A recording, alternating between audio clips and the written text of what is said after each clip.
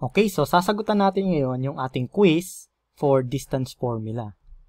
So meron tayo ditong 4 na given na points, and then i-determine natin kung anong shape yung nabuo ng ating quadrilateral na ABCD.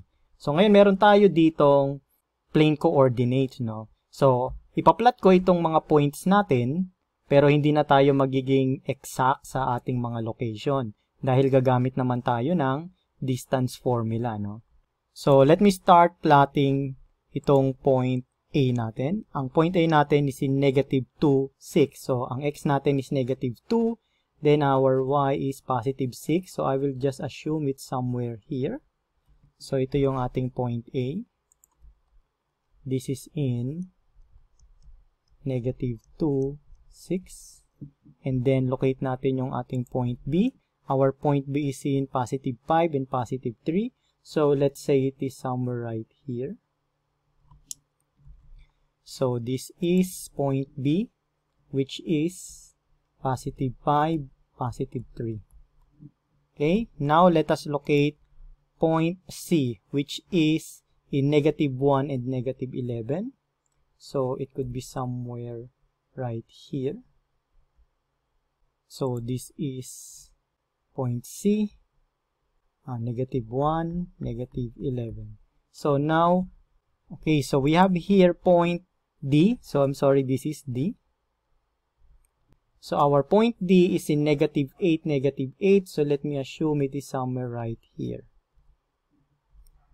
So this is our point D, negative 8, negative 8. Okay? And now let us draw our quadrilateral, no? Okay, so dahil assumption lang ang ating mga points at hindi ito exact, so hindi natin talaga na i-drawing kung ano yung talagang shape ng ating quadrilateral, no?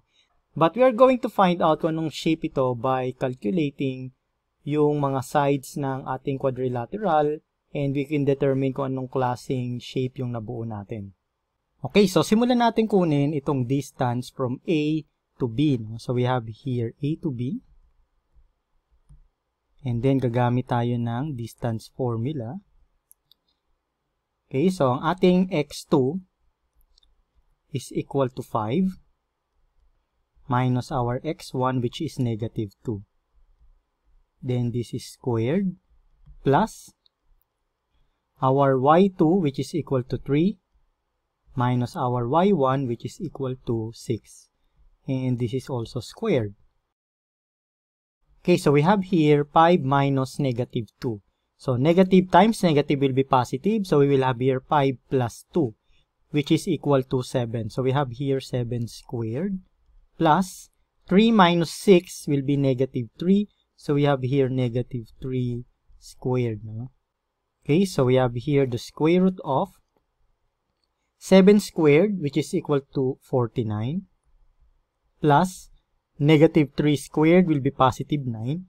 So therefore, our AB is equal to the square root of 58 units. Okay? So yan ang unang side natin.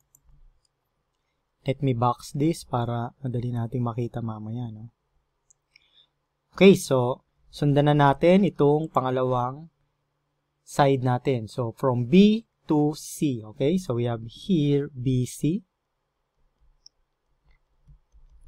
So we will use again our distance formula. So our x2 is equal to negative 1 minus our x1, which is equal to 5 squared, plus our y2, which is equal to negative 11, minus our y1, which is equal to 3 squared. Okay, so this is equal to the square root of negative 1 minus 5 is equal to negative 6 squared, plus negative 11 minus 3, which is equal to negative 14 squared. No? So this is equal to the square root of negative 6 squared is equal to 36, plus negative 14 squared is equal to 196. Therefore, our BC is equal to the square root of 232 units. Okay? So, nakuha na natin yung pangalawang side natin. Ano? So, I'll box this again. Now, we're going to get our third side, which is from C to D. No? So, I'll just do it here para naman madali nating makita. No? From C to D, we're going to use the distance formula. So, our x2 is equal to negative 8 minus our x1, which is negative 1. This is squared plus our y2 is equal to negative 8 minus our y1, which is equal to negative 11. And this is also squared. No? Okay, so this is equal to the square root of negative 8 minus negative 1. So negative times negative will be positive. So we will have here negative 8 plus 1 will be equal to negative 7 squared. Then plus negative 8 minus negative 11. Negative times negative will be positive.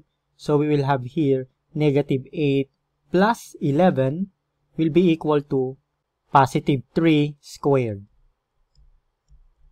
Okay?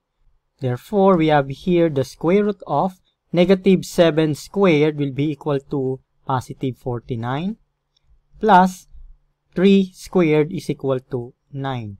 Therefore, our CD is equal to the square root of 58 units. Okay, so nakuha na natin yung ating third side ng ating quadrilateral. No? Now, let's go to the last side ng ating quadrilateral. And this is from A to D. Okay? So, I will have here A to D. So, we will use again our distance formula. No? So, our x2 is negative 8 and our x1 is negative 2. So, we will have negative 8 minus negative 2. And this is squared plus our y2 is equal to negative 8 and our y1 is equal to positive 6. So, we will have negative 8 minus 6. And this is squared, no? Okay, so we're going to solve this. We'll have the square root of negative 8 minus negative 2. So, negative times negative will be positive. So, we will have negative 8 plus 2 will be equal to negative 6 squared plus negative 8 minus 6 will be equal to negative 14 squared. Okay? So, let us now try to solve this. So, negative 6 squared is equal to positive 36 plus negative 14 squared is equal to 196. Therefore, our AD is equal to the square root of 232 units. Okay? So, ngayon, nakuha na natin lahat ng sides ng ating quadrilateral. So, ngayon, ang kailangan nating makita is kung anong klaseng quadrilateral yung nabuo natin. So, as you can see, our AB is equal to square root of 58 units and our CD is also equal to the square root of 58 units. So, if we will write this here, we could say that our AB is equal to the square root of 58 units and our CD is equal to the square root of 58 units.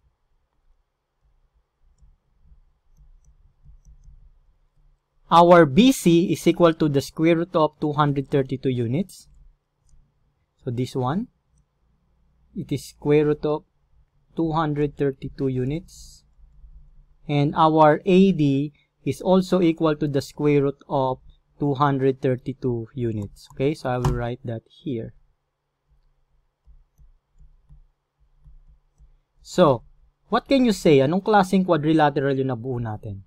These two sides are the same and these two sides are the same length. Okay? So, if we have a quadrilateral in which the two sides are equal, that means we have a rectangle. That is why our answer for this problem is letter B. We have a rectangle here, no? This side is equal to this, and this side is equal to this.